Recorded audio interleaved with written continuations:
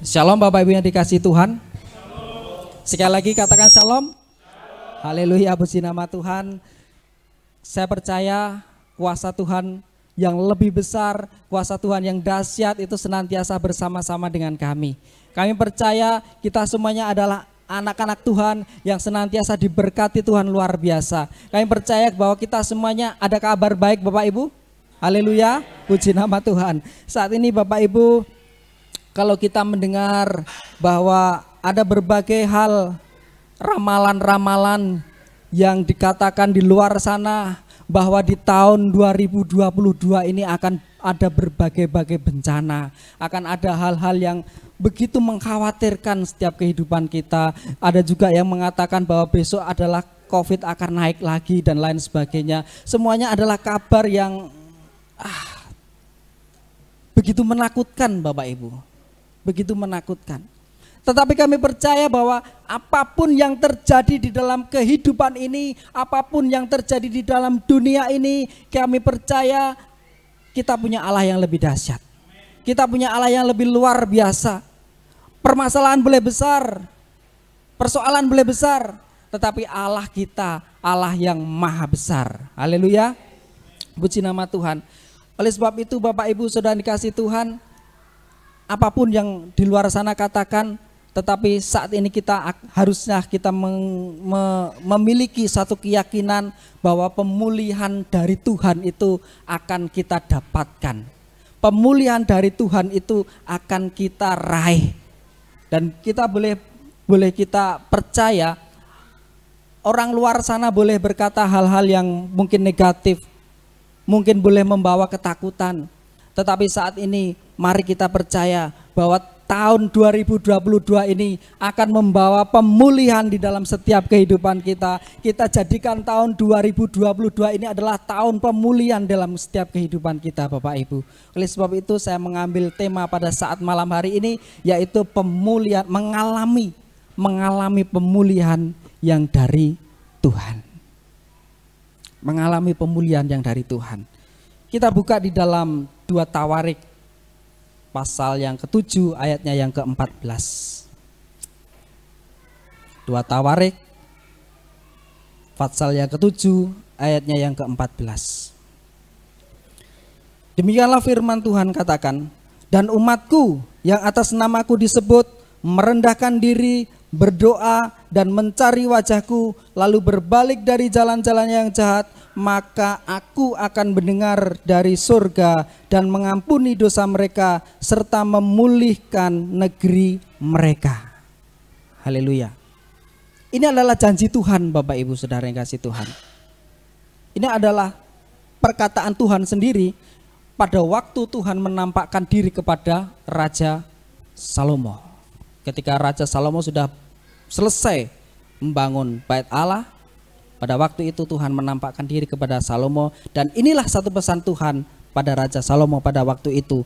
Dan umatku yang atas namaku disebut merendahkan diri, berdoa dan mencari wajahku, lalu berbalik dari jalannya yang jahat, maka aku akan mendengar dari surga dan mengampuni dosa mereka, serta apa saudaraku, memulihkan negeri mereka. Memulihkan negeri mereka itu juga bisa berarti memulihkan kehidupan kita, memulihkan keadaan kita, memulihkan pribadi kita. Mungkin saja pada waktu-waktu yang terdahulu kita mengalami satu keterpurukan, entah apa itu yang terjadi dalam hidup kita. Tetapi saat ini Tuhan katakan, aku akan memulihkan negeri mereka, aku akan memulihkan keadaanmu. Aku akan membawa kehidupanmu ke jalan yang lebih baik.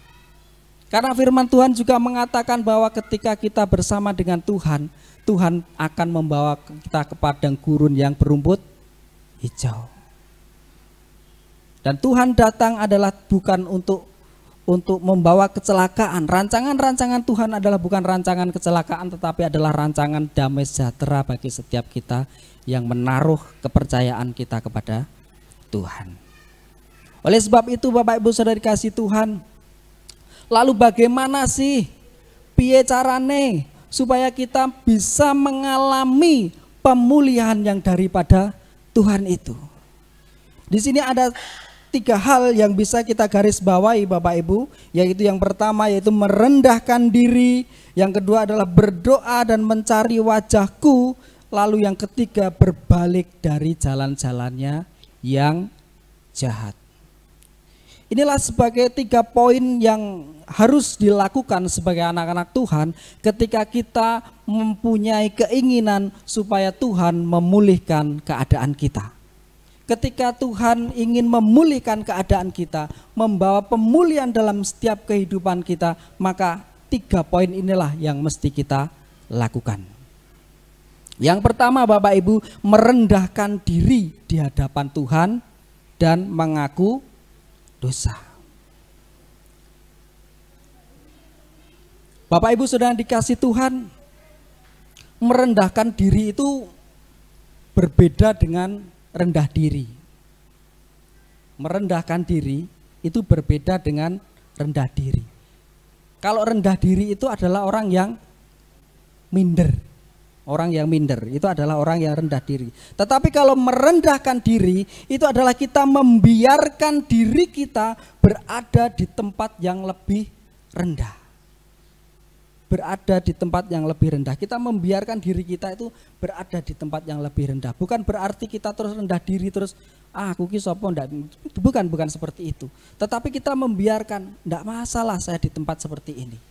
Ini saya terima dengan ikhlas dan legowo. Itu adalah namanya merendahkan diri, yaitu bersikap apa adanya dan terbuka terhadap siapapun. Nah Bapak Ibu yang dikasihi Tuhan, merendahkan diri di hadapan Tuhan yaitu seperti halnya kita merendahkan posisi kita itu berada di bawahnya Tuhan. Merendahkan diri di hadapan Tuhan itu menyadari keterbatasan kita, menyadari kekurangan kita, sehingga sepenuhnya kita hanya bergantung kepada kuasa daripada Tuhan. Bukan kita merasa bisa, bukan kita merasa pinter, kemudian kita Tuhan tuh sopolah, saya juga dengan demikian juga saya bisa melakukan. Bukan seperti itu namanya sombong. Tetapi yang Tuhan inginkan adalah merendahkan diri di hadapan Tuhan, yaitu menyadari segala keterbatasan kita, menyadari segala kekurangan kita, sehingga kita benar-benar tergantung sepenuhnya kepada Tuhan. Bahwa tanpa Tuhan kita tidak bisa berbuat apa-apa, seperti yang Yohanes 15 ayat yang 5 dikatakan seperti itu.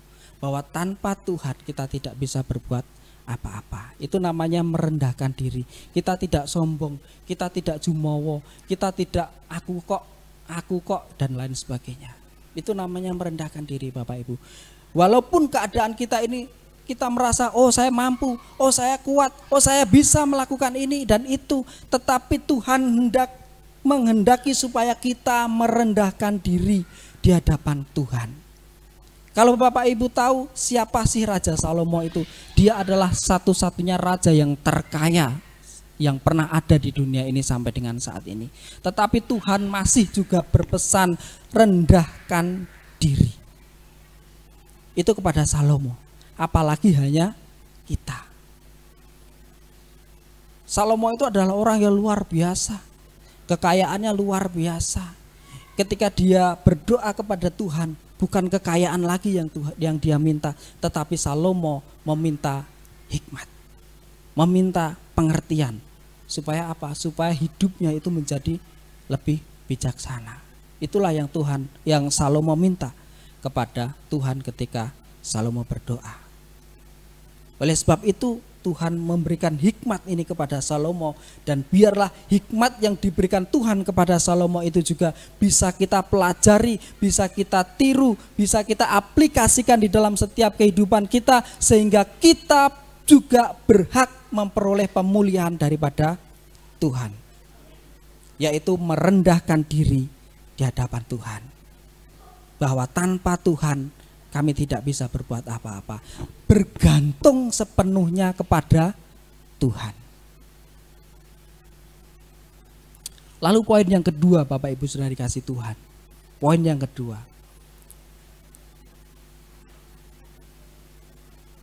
Dan umatku yang atas namaku disebut merendahkan diri kemudian berdoa dan mencari wajahku. Berdoa dan mencari wajah Tuhan. Itu artinya memiliki, menjalin, atau kita bisa melakukan, memiliki hubungan yang karib dengan Tuhan. Kita menjalin hubungan yang karib dengan Tuhan. Menjalin hubungan yang karib itu adalah berbicara tentang doa. Bangun kehidupan doa di dalam kondisi apapun. Itulah yang Tuhan kehendaki dalam hidup kita. Tuhan ingin supaya kita itu mempunyai satu keintiman dengan Tuhan. Satu kedekatan yang erat dengan Tuhan. Apapun yang terjadi dalam hidup kita itu kita bicarakan dengan Tuhan. Bukan hanya ketika kita sedang ada masalah kita nangis di hadapan Tuhan. Bukan ketika kita sedang ada persoalan kita datang berseru kepada Tuhan. Tetapi ketika hidup kita diberkati sekalipun, mari kita datang kepada Tuhan. Kita ucapkan syukur kepada Tuhan. Tuhan, terima kasih buat berkat yang telah Engkau berikan. Itulah yang Tuhan inginkan, Bapak Ibu. Kita memiliki hubungan yang karib dengan Tuhan. Kita memiliki hubungan yang intim dengan Tuhan. Kita memiliki hubungan yang erat dengan Tuhan, seperti layaknya orang tua dengan anak. Seperti layaknya persahabatan seorang memiliki hubungan yang karib dengan Tuhan. Bukan ketika kita lagi sedih, bukan lagi ketika kita lagi dalam permasalahan kita datang nangis kepada Tuhan, tapi ketika kita diberkati Tuhan secara luar biasa, kemudian kita lupa dengan Tuhan. Kemudian kita menjadi jumawa, oh saya seperti ini kan bukan karena Tuhan, tapi karena usahaku sendiri. Saya bisa seperti ini kan karena kepandaian saya. Bukan seperti itu. Kalau Tuhan mau, Tuhan bisa membalikkan segala sesuatunya dengan begitu mudah. Tetapi Tuhan inginkan kita menjalin hubungan yang intim dengan Tuhan. Kita menjalin hubungan yang karib dengan Tuhan. Kita menjalin satu keakraban dengan Tuhan. Supaya setiap apapun yang terjadi dalam hidup kita itu, kita bisa ngobrol dengan Tuhan. Kita bisa curhat dengan Tuhan. Daripada kita curhat dengan orang, kemudian bisa sampai kemana-mana. Bukan mendapatkan solusi, tetapi mendapatkan permasalahan yang baru. Tetapi ketika kita menjalin hubungan yang karib dengan Tuhan, segala sesuatunya kita bicarakan dengan Tuhan, kita pergumulkan dengan Tuhan, maka Tuhan akan memberikan solusi, maka Tuhan akan memberikan kelegaan, maka Tuhan akan memberikan jalan yang harus kita tempuh bagaimana sebaiknya. Itulah pentingnya ketika kita memiliki hubungan yang intim dengan Tuhan, Bapak Ibu. Mari kita buka di dalam Mazmur 9 ayat yang ke-11. Mazmur 9 ayat yang ke-11.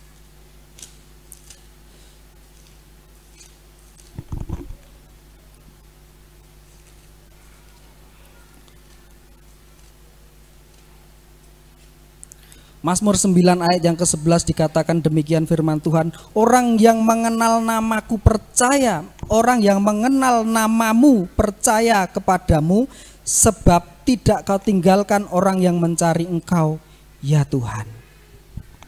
Inilah Bapak Ibu Mazmur Daud yang dituliskan oleh Raja Daud pada waktu itu, bahwa orang yang mengenal namamu percaya kepadamu, sebab tidak kau tinggalkan orang yang mencari Engkau, ya Tuhan. Jadi pentingnya menjalin hubungan yang karib dengan Tuhan, kita tidak akan pernah ditinggalkan oleh Tuhan. Tuhan akan senantiasa menyertai setiap langkah kehidupan kita. Tuhan akan senantiasa menuntun setiap hidup kita, bagaimana jalan yang terbaik, bagaimana jalan yang harus kita lalui. Inilah yang akan Tuhan berikan bagi setiap kita. Oleh sebab itu mengapa ketika kita akan mendapatkan pemulihan dari Tuhan, kita harus memiliki hubungan yang karib dengan Tuhan. Karena Tuhan sendiri yang akan menuntun langkah kita. Tuhan sendiri yang akan membawa kita kepada terangnya yang ajaib. bukan oleh karena kekuatan manusia, bukan oleh karena kekuatan kita, tetapi oleh karena kuasa yang datang daripada Tuhan itu sendiri. Yang terakhir, Bapak Ibu Saudara dikasih Tuhan, dari 3 poin supaya kita dapat mengalami pemulihan dari Tuhan. Poin yang terakhir yaitu lalu berbalik dari jalan-jalannya yang jahat. Maka aku akan mendengar dari surga dan mengampuni dosa mereka serta memulihkan negeri mereka. Poin yang terakhir ketika kita mau mengalami pemulihan dari Tuhan yaitu bertobat dengan sungguh-sungguh. Kalau di dalam Alkitab dikatakan berbalik dari jalan-jalannya yang jahat. Jadi di sini saya terjemahkan dalam bahasa saya sendiri, yaitu kita harus bertobat dengan sungguh-sungguh. Bertobat dengan sungguh-sungguh itu adalah meninggalkan cara hidup kita yang lama dan hidup sebagai manusia yang baru. Meninggalkan cara hidup yang lama, mungkin cara hidup yang lama itu mengandalkan kekuatan kita sendiri. Mungkin cara hidup yang lama kita itu kita wes nggugu karepku dhewe dan lain sebagainya. Sing penting aku seneng dan lain sebagainya. Tetapi saat ini Tuhan berkata bertobatlah dengan sungguh-sungguh, yaitu dengan meninggalkan cara hidupmu yang lama dan hidup sebagai manusia baru.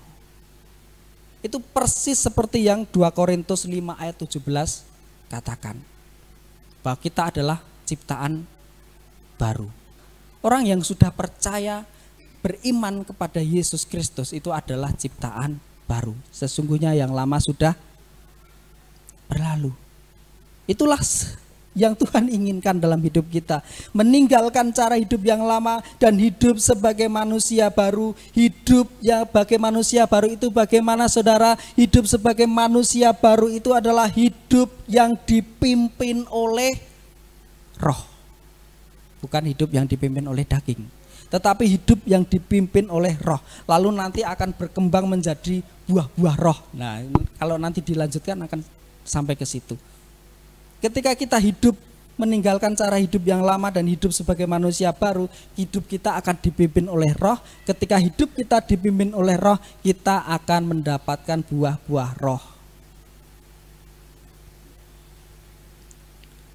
Nah, itulah Bapak Ibu yang dikasihi Tuhan, 3 poin yang Tuhan sampaikan pada kesempatan malam hari ini untuk kita boleh mendapatkan atau mengalami satu pemulihan yang datang daripada Tuhan.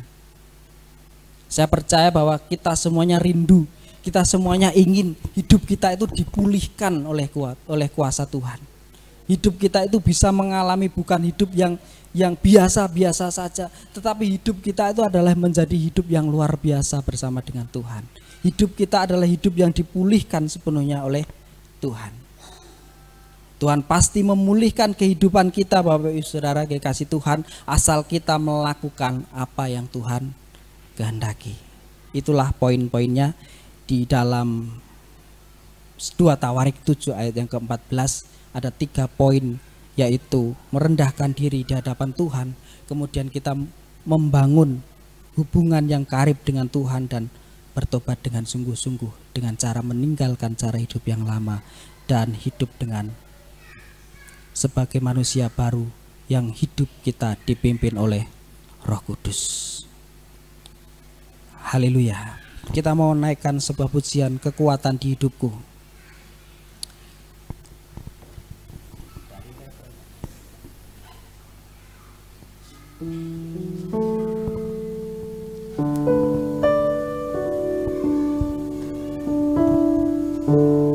Kita percaya bahwa kita mempunyai Allah yang luar biasa, Allah yang sungguh hebat, sungguh luar biasa dalam setiap kehidupan kita. Allah yang ajaib, yang sanggup memulihkan setiap keadaan kita. Seperti tema kita pada saat malam hari ini, bahwa kita akan mengalami pemulihan di dalam setiap kehidupan kita. Pemulihan yang datang daripada Tuhan sendiri. Yang percaya, yang mengimani bahwa pemulihan itu akan terjadi pada setiap kita, Mari Bapak Ibu kita bersatu dalam roh. Kita mengatakan, ajaib Kau Tuhan, penuh kuasa, sanggup pulihkan keadaan. Amin. Dalam tangan-Mu seluruh hidupku, tak akan goyah selama. Ajaib Kau Tuhan, ajaib Kau Tuhan. Amin, amin, amin. Sanggup pulihkan keadaan dalam nama-Mu. Seluruh hidupku tak akan goyah selama. Ajaib Kau Tuhan,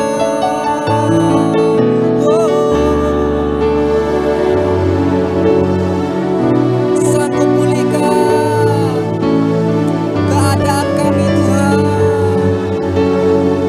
Dalam tangan-Mu Tuhan Yesus, seluruh kehidupan kami Tuhan, kami tidak akan pernah goyah Tuhan. Oh, selamanya kami tidak akan goyah. Ajaib Kau Tuhan, Tuhan penuh kuasa, sanggup pulihkan keadaan-Mu dalam tangan-Mu. Seluruh hidupku tak akan goyah. Sambil bangkit berdiri kembali kita katakan, ajaib Kau Tuhan, penuh kuasa, sanggup pulihkan keadaan kami Tuhan.